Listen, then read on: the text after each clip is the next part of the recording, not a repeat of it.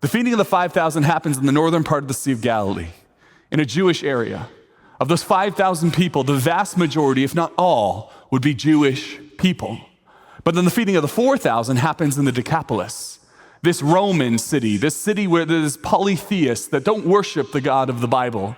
The feeding of the 5,000 happens in Galilee. The feeding of the 4,000 happens in the Decapolis. Let me summarize for you. The feeding of the 5,000 was for the Jews, God's covenant, chosen, holy people. The one people he selected amongst all the people of the earth, that he might be theirs and he might be their God. This is a special relationship he has with the Jewish people. But the feeding of the 4,000 is for the Gentiles. It happens in a Gentile place where they don't worship the God of the Bible, where they don't walk in his ways. And this would have been stunning to people in a way that it's not always stunning for us. See, listen, nobody would have been surprised that God was blessing the Jews. They're his covenant, holy, chosen people. Of course he's going to bring his blessing and his kindness upon them. Nobody would have been surprised at this. But everyone would have been surprised that God was blessing the Gentiles, the people in the Decapolis, these Roman citizens who were not walking with the God of the Bible. See, in the first century Jewish mind, what would have happened is they would have divided the world into two groups. You have the Jews and the Gentiles. You have God's covenant, holy, chosen people in the Jews, and then you have everyone else in the world. There was us, and then there was them.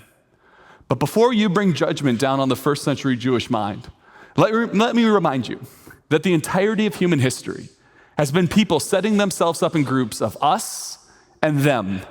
Our nation versus their nation. Our tribe versus their tribe. Our people versus their people. Our country versus their country, our political party versus their political party. The impulse for us versus them thinking runs deep through the human spirit. You've experienced it, I've experienced it, and what Jesus does in the miracle of the 4,000 is he shatters it.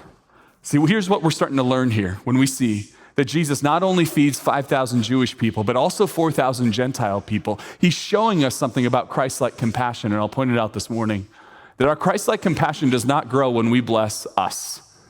The people who are just like you, in your family, in your neighborhood, the people who are just like you, already on your side, already on your team, already part of what's going on.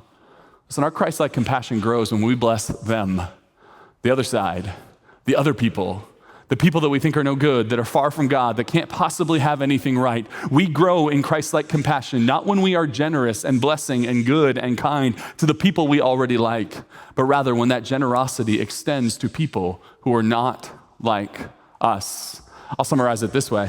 It's that we will only grow in our Christ-like compassion when we choose to bless people who don't look like us, talk like us, think like us, vote like us, live like us, or worship like us.